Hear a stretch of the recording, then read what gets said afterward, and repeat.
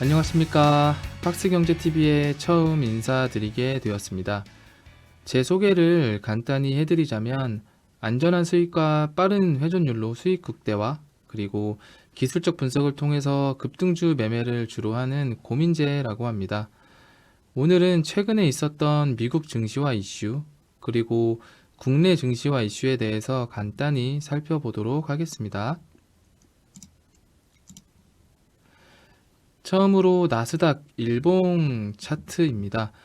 최근에 나스닥이 상승을 보이면서 중요한 지점인 전고점을 넘어서 우상향을 지속하다가 잠시 조정에 들어간 모습입니다.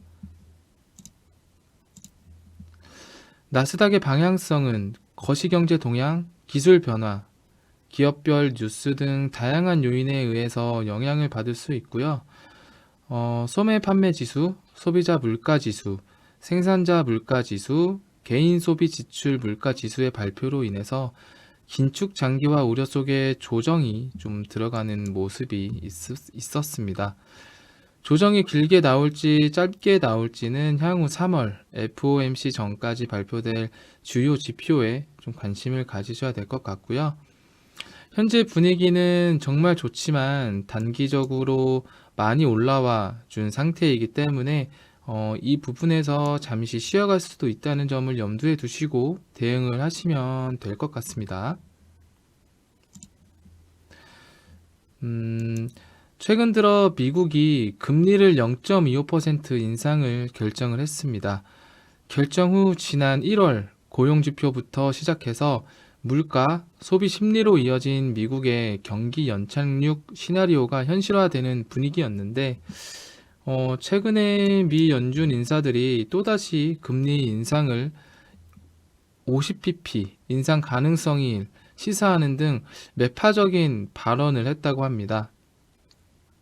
이에 따라서 공포가 확산이 되었고 국내 증시에도 투자 심리를 악화시킬 수 있었던 것 같습니다. 또한 10년물 국채 금리가 장중 3.8%를 돌파하기도 했고 미국의 여러 가지 지표 발표가 남아 있으니까 이런 점을 참고해서 지수의 방향성에 대한 해석은 앞으로도 다양하게 제기가 될 것 같습니다. 여기서 이제 말씀드리는 베이비 스텝은 기준 금리를 0.2% 올리는 것을 말하고요. 0.5% 올리는 것은 빅 스텝, 그리고 0.75%를 올리는 것을 자이언트 스텝이라고 합니다. 다음으로 환율 부분을 보실 텐데요. 미국발 인플레이션 공포가 다시 고개를 들면서 원달러 환율이 2달 만에 1,300원을 돌파를 했습니다. 이따른 전망치를 웃도는 물가 지표 탓에 미 연방준비제도의 긴축이 장기화할 수 있다는 우려 속에서도 국내외 증시도 일제히 하락을 했습니다. 환율이 상승하게 되면 발생하는 문제가 여러 가지가 있는데요. 첫 번째 문제는 바로 수입 물건 가격의 상승입니다. 우리나라는 물건을 제조하고 만들기 위해서 외국으로부터 물건을 수입을 하는 나라인데 해외에서 수입해야 하는 물건이 많은 기업의 경우 환율이 오른 만큼 비용을 더 추가로 부담을 해야 하기 때문에 이런 문제가 발생을 하곤 합니다. 두 번째 문제는 부채가 증가한다는 건데 달러를 빌려서 사업을 하는 경우 환율의 증가가 고스란히 기업의 부채로 이어지기 때문에 문제가 발생을 하는 건데요. 마지막으로 해외 투자자의 이탈입니다. 우리나라의 해외 투자자들이 많이 투자한다는 것은 누구나 알고 있을 텐데 그런데 이제 환율이 오르게 되면 환차손으로 인해서 해외 투자자들이 이탈을 하게 되는 겁니다. 다시 돌아가서 환율이 오르면 해외 투자자들 입장에서는 자신이 투자한 원금 회수가 어렵다고 생각하기 때문에 손해를 보더라도 달러를 바꿔서 우리나라 시장을 떠나게 되는데 그러면 우리나라 입장에서는 시장에 있는 돈이 해외로 나가버리니 자본 유출이 발생을 하게 되는 거고요. 이렇게 자금이 꾸준하게 빠지게 되면 국내 경기는 침체되고 해외 투자자들은 또다시 주식을 매도하고 부동산도 떨어지고 이런 악순환이 계속되게 되는 겁니다. 이로 인해서 국내 증시에도 외국인들이 순매도로 전환될 가능성이 높아질 것이다라는 예상하시는 분들도 계시니까 잠시나마 보수적으로 포지션을 잡는 것도 좋을 것 같고, 주식 투자를 함에 있어서 외국인 투자자들의 동향을 꾸준하게 살펴보는 것도 중요하다고 생각이 됩니다. 세 번째로 인플레이션 관련 중요 경제 지표에 대해서 잠시 살펴볼 건데요. 첫 번째로는 소매 판매 지수, 두 번째로는 소비자 물가 지수, 세 번째로는 생산자 물가 지수, 이렇게 차례대로 한번 살펴보도록 하겠습니다. 첫 번째로 소매 판매 지수입니다. 이 지수는 소비자 지출의 정도를 나타내는 지수인데, 미국에서도 중요한 의미를 가지는 지표 중 하나이기에 살펴보겠습니다. 보통 소매 판매 지수가 증가가 되면 소비자들이 자신의 재정 상황에 대해 더 자신감을 가지고 지갑을 열고 있다는 뜻이고, 반대로 감소하게 되면 소비를 줄이고 있다는 의미로 해석하면 될 것 같습니다. 미국의 경제 지표들이 계속해서 발표되고 있는데, 그중 미국의 1월 소매 판매 지수가 깜짝 증가를 했습니다. 며칠 전이었죠.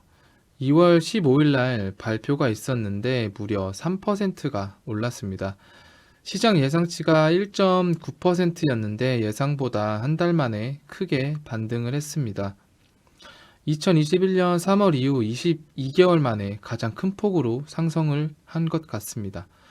세부적으로 보면 13개 항목이 모두 상승을 했는데, 특히 유일하게 서비스 분야 상황을 엿볼 수 있는 식음료 서비스가 7.2%나 급증을 했다고 합니다. 미국의 가파른 금리 인상에도 불구하고 미국 경제가 침체되지 않고 고금리를 버텨내고 있다는 것으로 해석하면 될 것 같고, 소매 판매 지수가 하나만 좋다고 증시가 좋아지는 게 아니라 다른 지수도 복합적으로 봐야 하니 CPI, PPI 지수를 차례대로 같이 보겠습니다.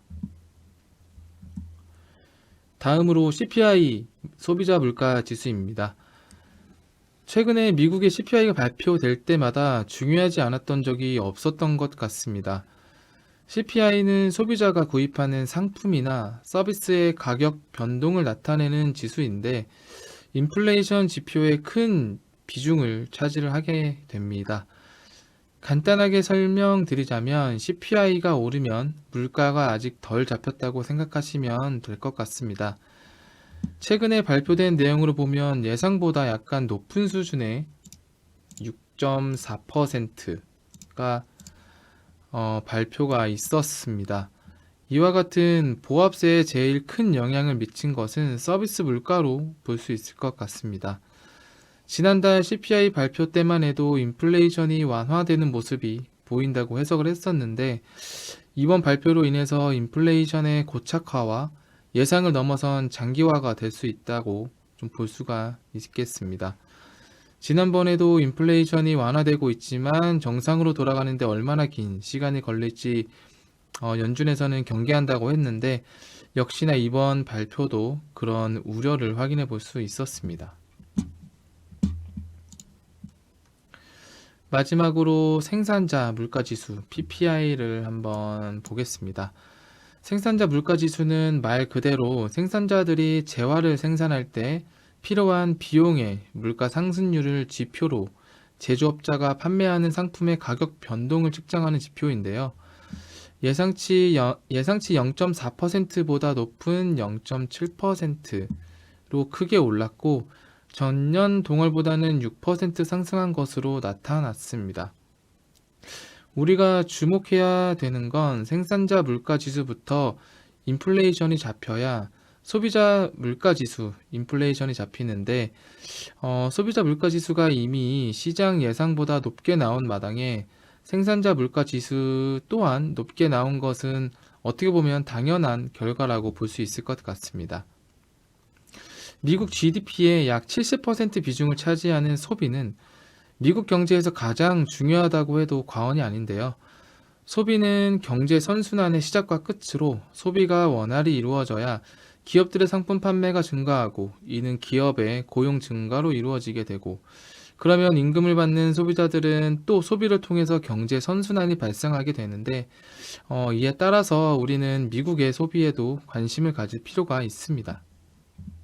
다음으로 코스피 차트입니다. 현재 코스피 차트는 전체적으로 장기 하락을 지속을 하다가 추세를 돌리는 모습들이 있었고요.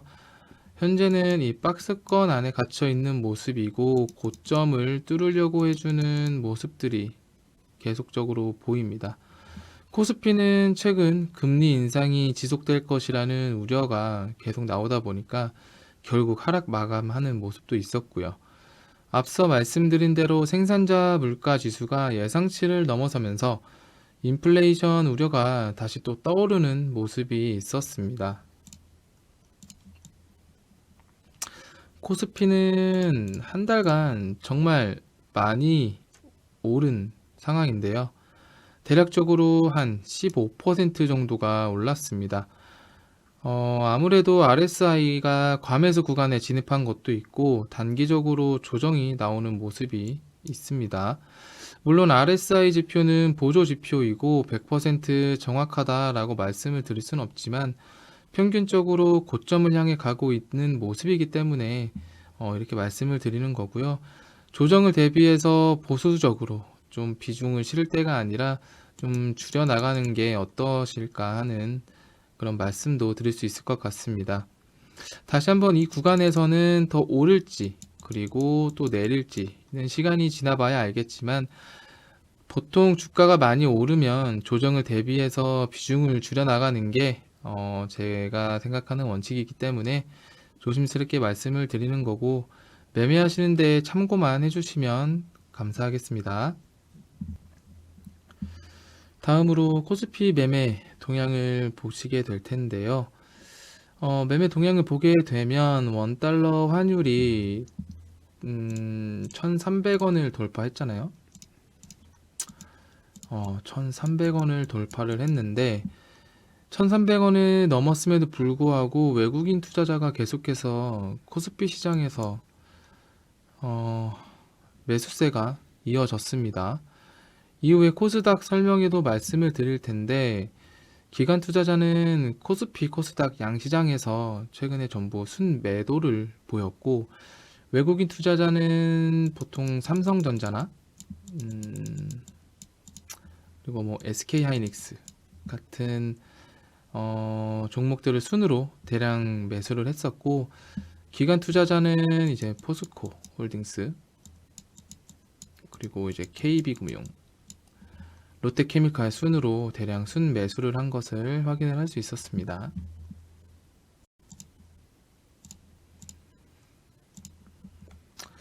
다음으로 코스닥 차트입니다.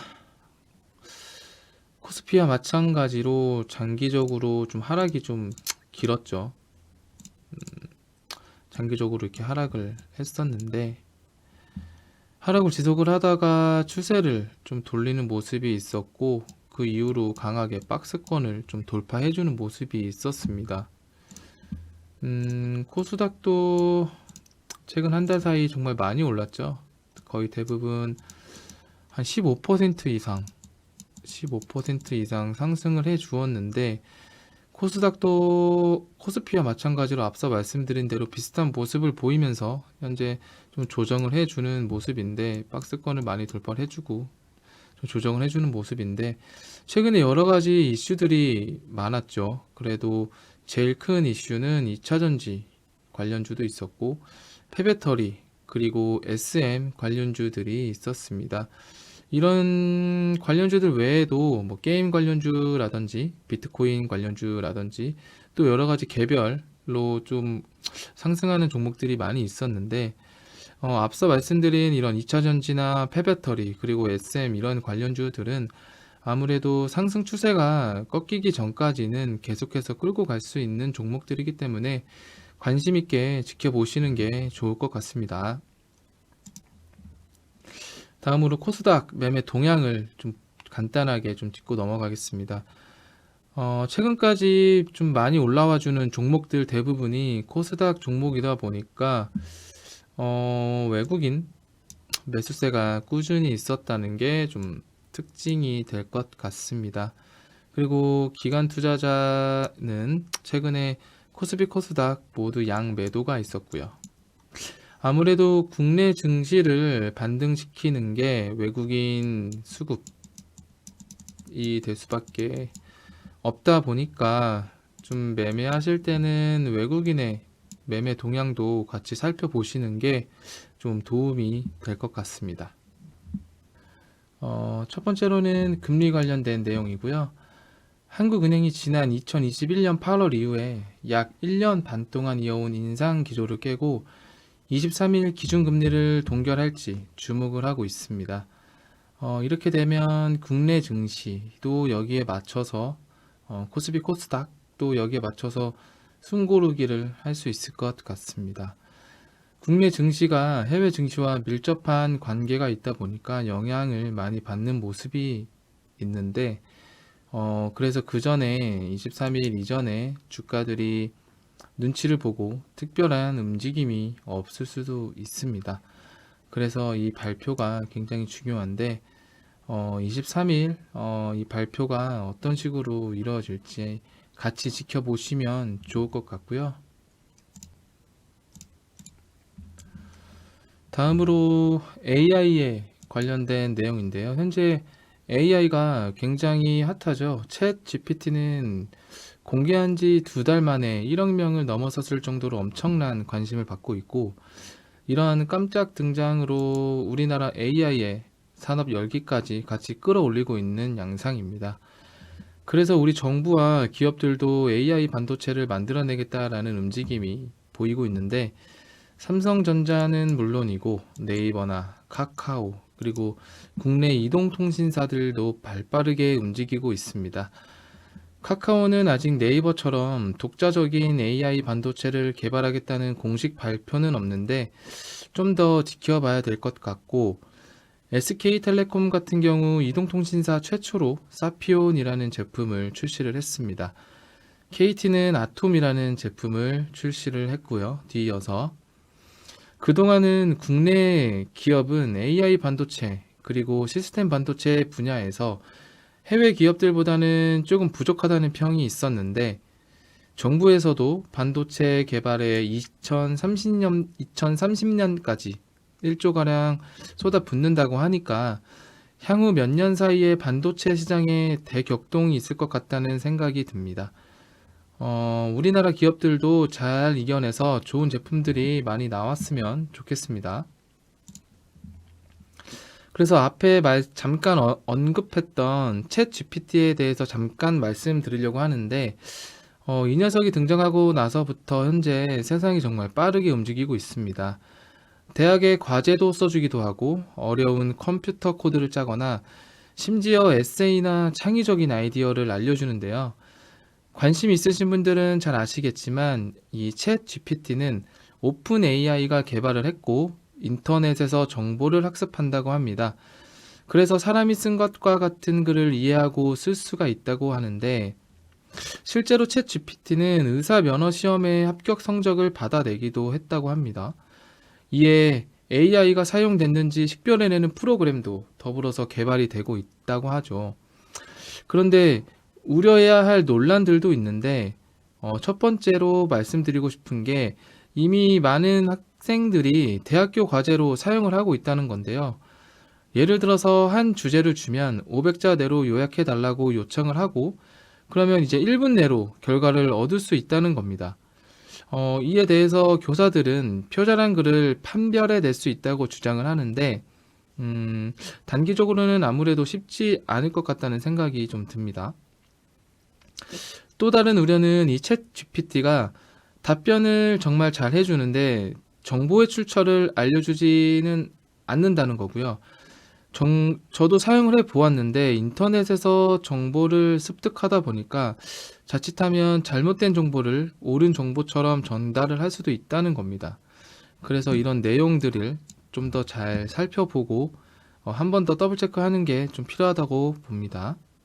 마지막으로 악성 코드나 컴퓨터 바이러스를 작성하도록 조작될 수도 있다는 건데, 실제로 이런 일들이 발생을 한다면 잠재적으로 매우 매우 심각한 문제가 될 수 있다고 생각을 합니다. 현재까지는 베타 서비스들만 지금 나오고 있는 상태고, 글로벌 기업들도 너도 나도 뛰어들어서 개발 중이니까 추후에는 이런 우려할 만한 문제점들을 개선을 해서 출시가 되면 우리가 살아가는데 긍정적으로 사용을 할 수 있게 되는 날이 어서 빨리 오면 좋을 것 같습니다. 그래서 AI 반도체가 뭐냐라고 물어보실 수가 있을 것 같은데, AI 반도체는 인공지능을 실행하기 위해서 설계된 전용 칩이고, 머신러닝과 딥러닝, 알고리즘을 수행하는데 최적화된 제품이라고 합니다. 좀 어려운데, 단순히 말씀드려서 AI에 최적화된 반도체다, 이렇게 생각하시면 편할 것 같아요. 아무래도 AI에 관련된 많은 양의 문제를 빠르게 처리를 해야 되기 때문이 아닌가 생각이 듭니다.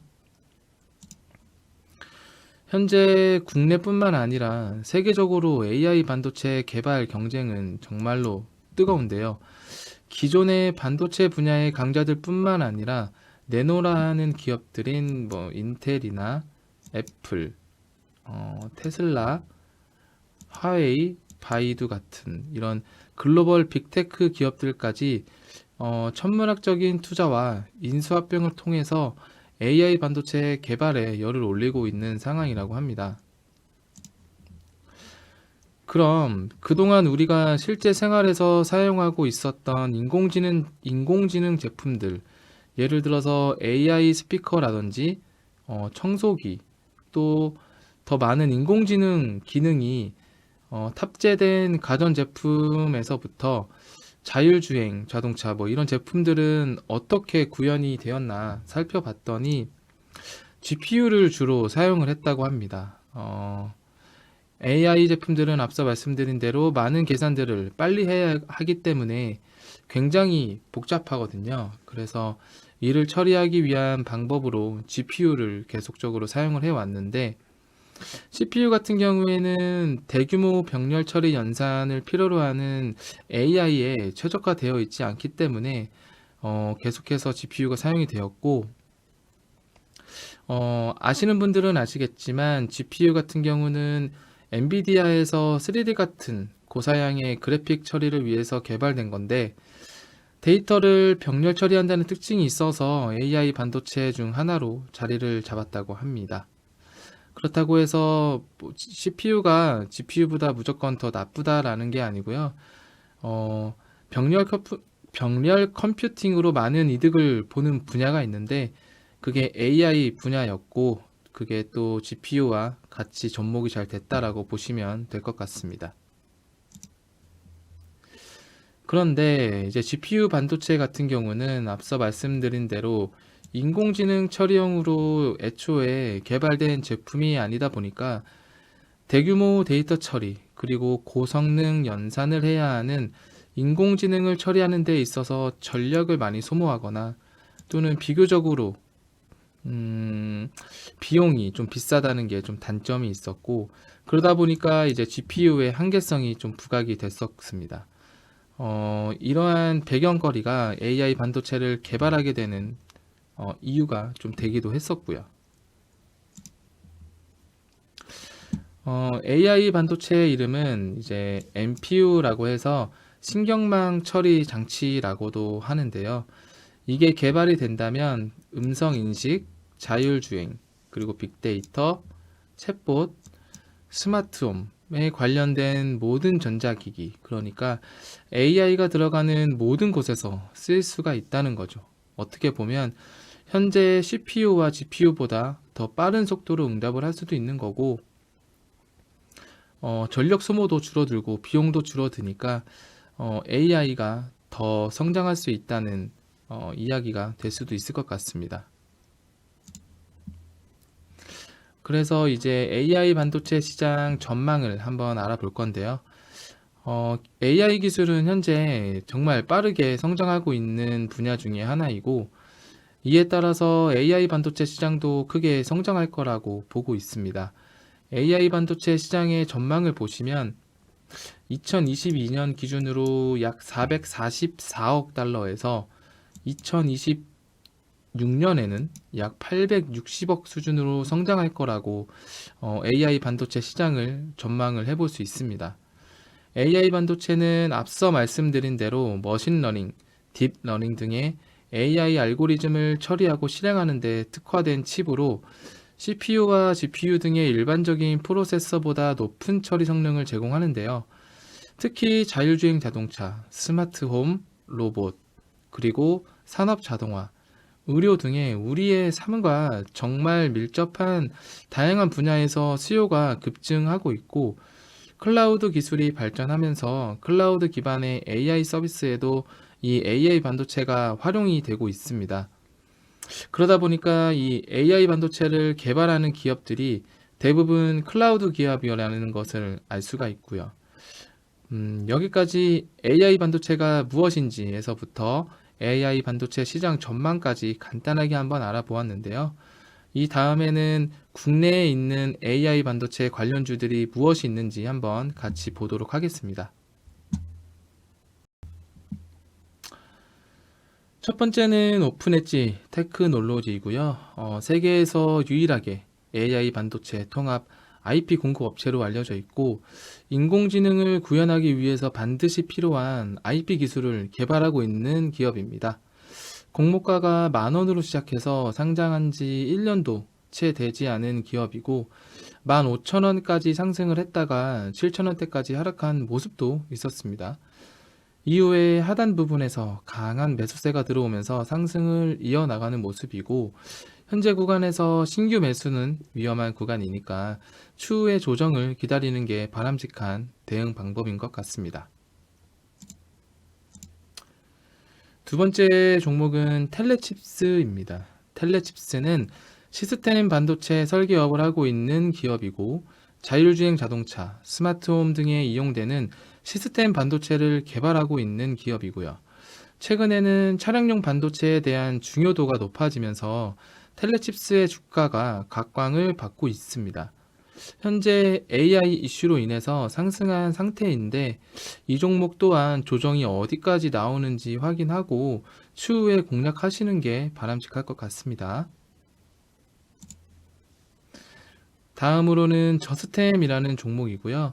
반도체 웨이퍼, 오염 제거 장치를 제조하는 회사인데, 현재 국내 점유율이 80%로 1위고 해외 시장 점유율도 무려 70% 수준의 회사라고 합니다. 이 정도면 거의 독과점 상태라고 볼 수 있을 것 같은데, 최근에 대만, TSMC 등과 함께 시스템 반도체 경쟁이 붙으면서 회사의 수요도 더욱 증가할 것으로 예상을 하고 있으니까 이 주식도 관심 종목에 넣어 두시고 꾸준하게 지켜보시는 게 좋을 것 같습니다. 마지막으로 레이저셀이라는 종목인데, 레이저 기술 전문 기업으로 레이저 기술 개발한 기업입니다. 이 기술은 다양한 분야에 응용을 할 수 있어서 전기차나 디스플레이 산업 모두 공략할 수 있고, 최근에는 챗 GPT 열풍으로 주가가 움직이는 모습도 보였습니다. 이렇게 AI 반도체 관련주 종목을 한번 알아봤는데요. 지속적으로 주가가 어떻게 움직이는지 확인을 해보시고 본인 기준에 맞게 매매를 하시는 게 좋을 것 같습니다. 그럼 다음 이슈로 한번 넘어가 보겠습니다.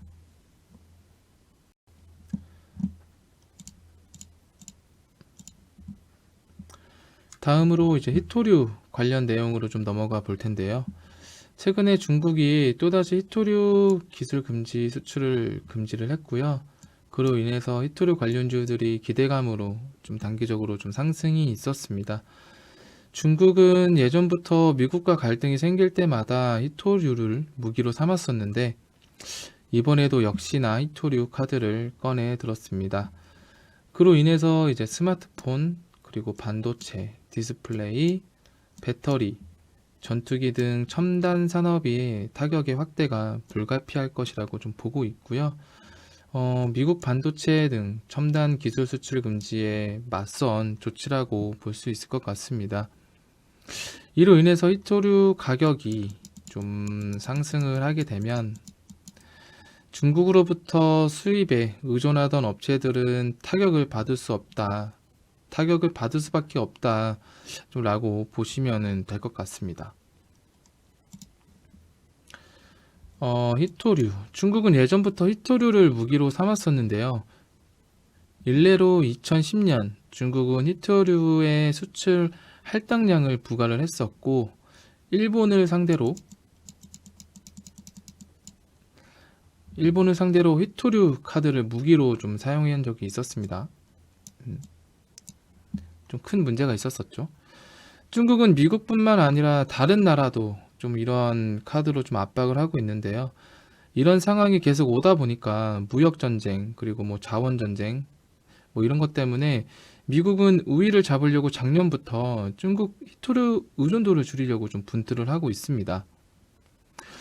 추진된 전략들 중 일부는 히토류의 새로운 원천을 탐구하고 더 효율적인 추출과 그리고 뭐 처리 방법을 개발하고 뭐 재활용 그리고 다른 형태의 물질 회수에 투자하는 것을 좀 포함을 했었습니다.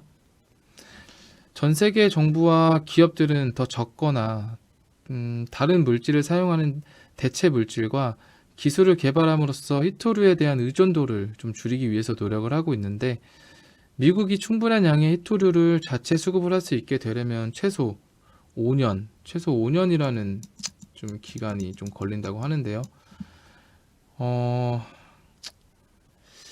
예측한 내용이 5년이기 때문에 좀 더 차후 지켜봐야 될 것 같습니다. 이렇게 히토류 전쟁까지 가게 된 이유는 히토류의 가치가 정말 어마어마하기 때문인데요.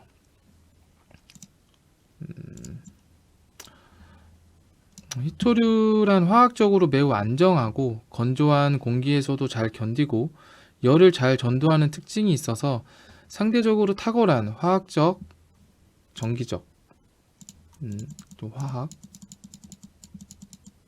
그리고 전기, 그리고 자성, 좀 어려운 말인데, 그리고 발광적 성질을 갖는 특징이 있다고 합니다. 이로 인해서 첨단 산업에 정말 많이 사용이 되고 있고, 현대 사회에서 히토류는 전기, 그리고 뭐 하이브리드 자동차, 그리고 풍력 발전이나 뭐 태양열 발전 등 21세기 저탄소 녹색 성장에 필요한 정말 연구 자석의 제작에 꼭 필요한 물질이라고 합니다. 예를 들어서 전기 자동차 한 대를 움직이는 데 필요한 연구 자석에는 히토류 원소가 약 1kg 가량 포함되어 있는데, 히토류 그리고 뭐 LCD, LED, 스마트폰 등의 IT 산업, 카메라 컴퓨터 등의 전자제품, 뭐 이런 형광체 및 광섬유 등의 필수적인 뿐만 아니라 방사성 차폐 효과도 뛰어나기 때문에 원자로 제어제로도 좀 널리 사용하고 있는 자원이라고 하는데요. 아무래도 히토류는 대체할 수 없는 자원이기 때문에 히토류를 수출 제한을 하게 되면 미국에 미칠 영향이 아무래도 좀 클 것이다 라고 예상을 하고 있습니다. 미국의 IT 업체들이 중국에서 히토류를 공급받지 못하는 것도 좀 생산에 차질이 좀 빚어질 수 있다고 좀 보고 있습니다. 중국은 세계 히토류 정제 역량의 거의 90% 이상을 장악을 하고 있다고 합니다. 아무래도 전 세계적으로 파워가 히토류 쪽으로는 굉장히 좀 막강한 거고요. 그래서 중국이 어떻게 히토류를 장악을 했는지 좀 설명드리려고 좀 간단하게 자료 조사를 했습니다.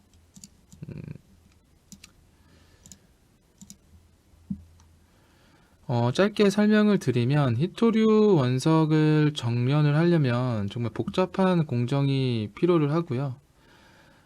그 과정에서 이제 염산이나 이제 황산 같이 이제 방사능이 발생하는 환경 오염 문제가 좀 심각하거든요. 그래서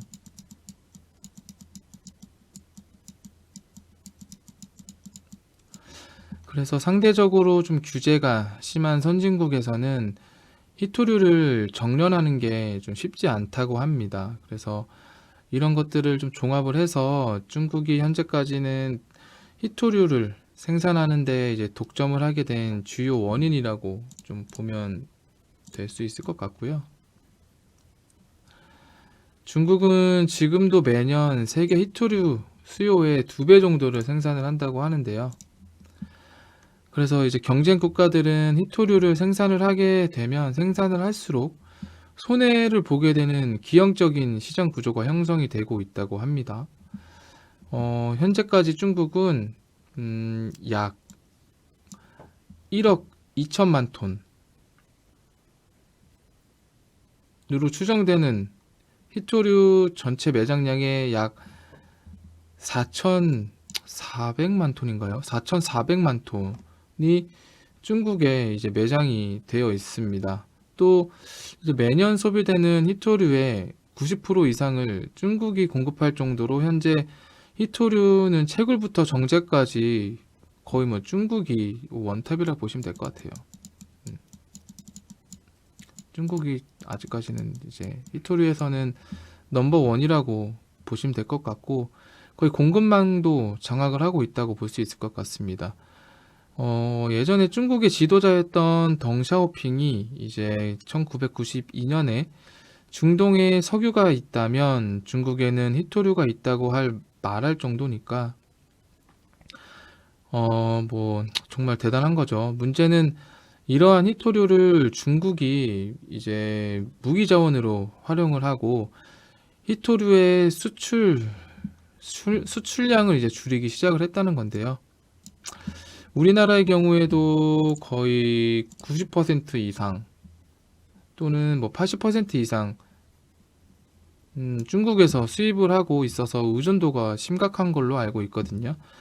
그래서 공급망을 자립해야 한다는 이야기도 나오고 있는데 말처럼 쉽지가 않은 것 같습니다. 앞서 말씀드린 대로 환경오염 발생 문제도 있고 그리고 또 생산을 하고 정제하는 거에 있어서 단기간에 해결될 문제가 아닌 것 같기 때문이죠. 단기간에는 아무래도 좀 힘들다. 그래서 중국의 의존도를 낮추기 위해서 현재 뭐 몽골이나 호주, 베트남 뭐 여러 곳에서 공급망 구축을 좀 해보려고 하고 있는 것 같아요.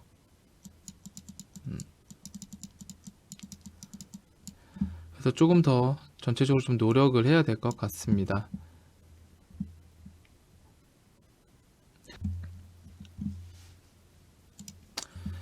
다음으로 희토류 관련주인 유니온을 첫 번째로 볼 거고요. 유니온은 이제 시멘트 전문 업체고요.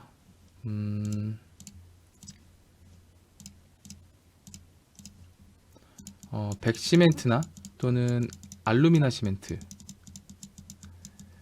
이런 거 같은 특수 시멘트를 판매하는 기업이고요. 국내에서는 아직까지는 선도적인 위치를 차지하고 있다고 합니다.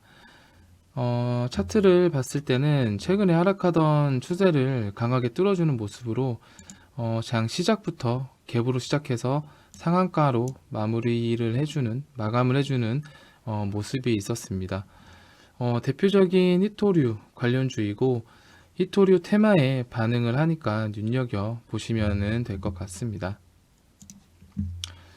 두 번째로는 유니온 머티리얼인데요. 자동차 전장 부품과 가전기기 그리고 페라이트 마그네트를 생산하는 기업인데 이 페라이트 마그네트가 희토류 대체품이라고 합니다.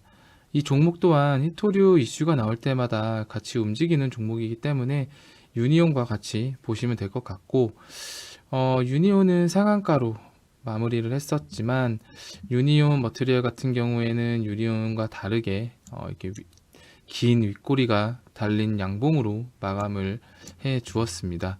이 종목 또한 상승 이후에 조정이 올 확률이 크기 때문에 조정을 받고 돌려 세울 위치가 어디인지 먼저 체크를 해 보시고 각자 포지션에 따라서 매매 타점이 달라질 수 있으니까 조금 더 지켜보시면 될 것 같습니다. 세 번째로는 동국 RNS입니다. 제강용 내화물을 생산하고 판매하는 업체이고 호주 광물 기업 ASM과 전제 공장 공동 개발 협약을 체결하고 나서 히토류 이슈가 나올 때마다 유니온 형제들과 같이 반응이 나오는 종목이니까 같이 묶어서 봐주시면 될 것 같고, 이제 네 번째로 티플렉스라는 종목이고요. 소재 전문 기업입니다. 스테인리스가 들어가는 분야의 소재를 공급하는 업체이고, 주가는 전체적으로 하락을 하다가 저점을 다지는 모습이 보였고요. 아직까지는 이 저점을 깨지 않고 상승 추세로 이어가고 있고, 이 종목 또한 히토류 관련 이슈가 있으면은 같이 움직이는 종목이기 때문에 같이 묶어서 요 네 종목을 같이 지켜보시면 될 것 같습니다. 네, 다음 내용 보겠습니다. SM 현 이사진과 이수만 전 총괄 프로듀서의 경영권 분쟁이 일어났지만 어떻게 보면 이런 카카오와 하이브의 경영권 분쟁으로도 볼 수가 있을 것 같습니다. 최근에 하이브에서 SM 지분을 확보한다고 좀 선언을 했었는데요. 현재 주가가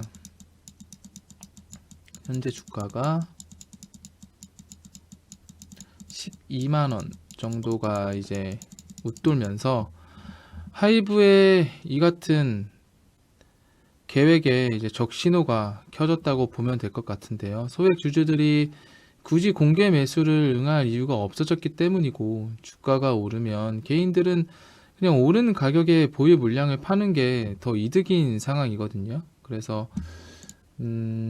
아무래도 공개 매수를 통해서 SM 엔터 지분을 추가 확보한다는 계획이었던 하이브로서는 현재로서는 좀 난감한 좀 상황이 되었다고 좀 보시면 될 것 같고, 또한 공개 매수 기한인 다음 달 1일 주가 상황에 따라서 달라지겠지만 증권가에서는 하이브의 공개 매수가 좀 쉽지 않을 것이라는 전망도 좀 내놓고 있습니다. 카카오가 더 높은 가격으로 지분을 사들이겠다고 나서면 그 기대감에 오히려 12만 원이 주가가 하방으로 작용할 것이란 분석도 나오고 있고요. 일각에서는 카카오가 하이브의 공개 매수를 저지하기 위해서 대항 공개 매수 방식으로 SM 지분을 좀 추가로 매입할 거라는 시나리오도 나오고 있어서 차후에 어떤 방향으로 가는지 좀 지켜봐야 할 것 같고요. 이제 SM 관련주들도 꾸준하게 상승세를 타고 있고 좀 더 끌고 갈 것 같은 이제 내용들이 더 있기 때문에, 재료도 있기 때문에 좀 관심을 갖고 좀 지켜보셔야 될 것 같습니다. 네.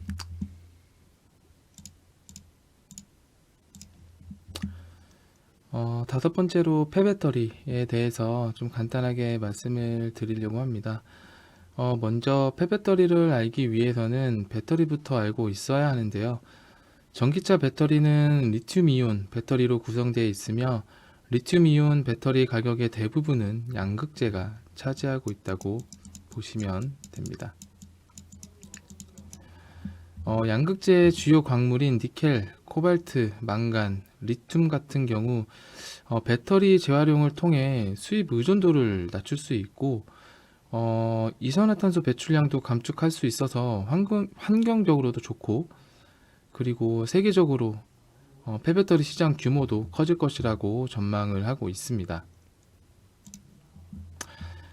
그래프를 보시면 전기차 폐차 대수는 2025년 기준으로 56만 대인데 2040년 기준으로 4,277만 대로 정말 굉장히 많이 늘어날 전망으로 나와 있습니다. 이에 따라 폐배터리 발생량은 2025년 기준 44기가와트시에서 2040년이 되면은 3,339기가와트시로 증가할 것으로 예측을 하고 있고요. 앞으로 2040년까지 폐배터리 시장은 아마 한 200조 규모로 엄청난 성장을 기대할 수 있는 시장이기 때문에 폐배터리를 관련한 종목들도 장기적으로 좋은 흐름을 보일 수가 있을 것 같습니다. 포스코 홀딩스뿐만 아니라 IS 동서나 성일 하이텍을 비롯한 에코프로 시리즈, 고려 아연 이런 종목들을 꾸준히 지켜보시는 것도 좋을 것 같습니다.